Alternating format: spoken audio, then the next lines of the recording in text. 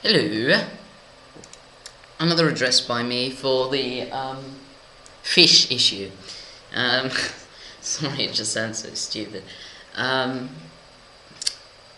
He violated Resolution 28 at least 3 times, using my real-life name multiple times in 2 separate posts. This violates Clause 5A, the right to be treated with respect and courtesy by other delegates and officials.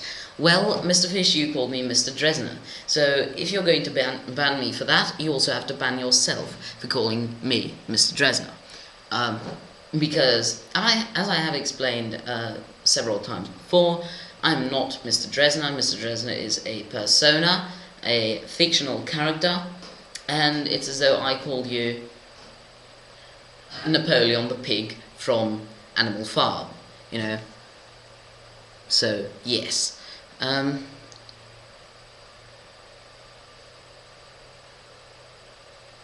Pseudonyms exist for a reason. Yes, you could also have used my proper pseudonym, but instead you decided to use the pseudonym of a persona who, strictly speaking, was not me, so you might as well have just called me Mr. Hitler,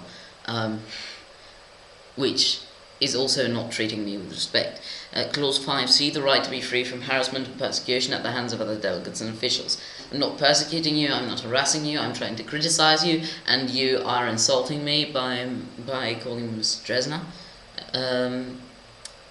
And, I mean, all of this shows how receptive you are to criticism. Using inappropriate language multiple times. This violates the use of such language as I don't know what it asked, and retarded. Well, no, retarded is appropriate. I do not see your clamour with that term, since in many parts of the English-speaking world it is meant to denote stupid. Because stupid itself actually means comatose. The original meaning of stupid is comatose. So then stupid would technically also have to be inappropriate language, so nobody can call anyone else stupid anymore on the OM forums. See my point? It's just retarded. Neither do corrupt or morally depraved. Corrupt isn't a swear word, and morally depraved isn't either, so I don't see your issue here. I don't see your point.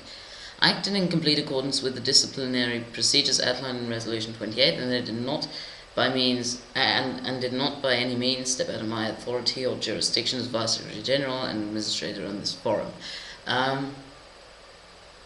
Yes, you did. The claim that this is a violation of sovereignty is incorrect and misguided. No, it's not. The disciplinary procedures that were carried out applied only in the OM forums, and no enforcement of any kind was taken to extend disciplinary procedures outside of the boundaries of this forum and the OM. Well, Mr. Fish, Resolution 28 reads delegates, so it applies to delegates, and I am not a delegate. So technically, Resolution 28 does not apply to me. I'm an observer, not a delegate.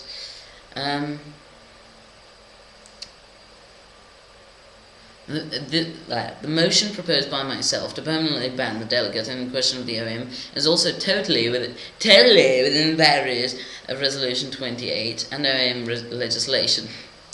As before, nothing in the motion violates Zealandia's sovereignty in any way. Yes, it does. It violates Zealandia's right to let its citizens observe the ongoings in the OAN, because by banning me, I would obviously not have that right, and since I remain citizen of Zealandia, you would thereby be persecuting me unjustly and violating my rights as a citizen of Zealandia, and thus violating Zealandia's sovereignty.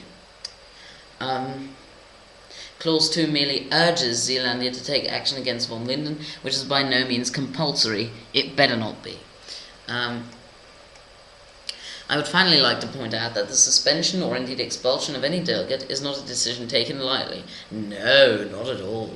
For any delegate to be banned, suspended or expelled from the OAM is a major decision, and only used in complete accordance with existing rules and procedures. No, just no. Established democratically by the Council of the OAM. fair enough, but I hope that you'll realise that a major proportion of the people who will support that motion are complete nitwits.